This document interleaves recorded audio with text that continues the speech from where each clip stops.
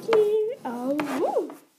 Sono io la vostra Nancy e oggi siamo qui nell'LPS Amici anche per presentarvi dei nuovi ospiti. I pet shop nuovi li presenterò negli avvisi ora. Perciò dite Dio all'LPS nuovi. Scherzavo! Pesce d'aprile e buona Pasqua! Scherzo. È una specie di LPS nuovi. Solo che non c'è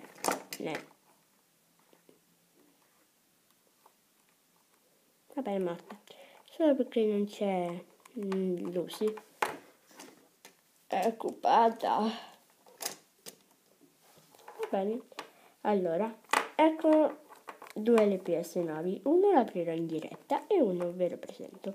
Lui è Gabriel. Un bellissimo cane che ho trovato a un negozio che era rimasto lui, l'ultimo. Cioè che era un pet shop vecchio che gli era rimasto in magazzino.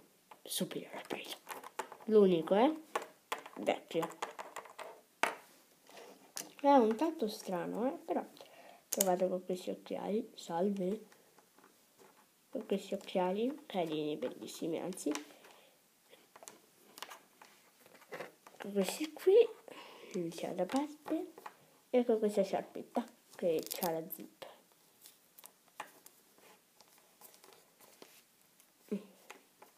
E lui è perfetto per fare il padre di Jane.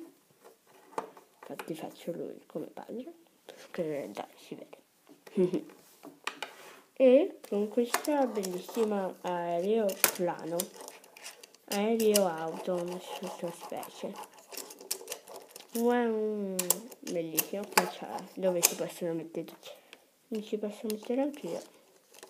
Mamma non vuole, però. Proviamo. No, non ci riesco.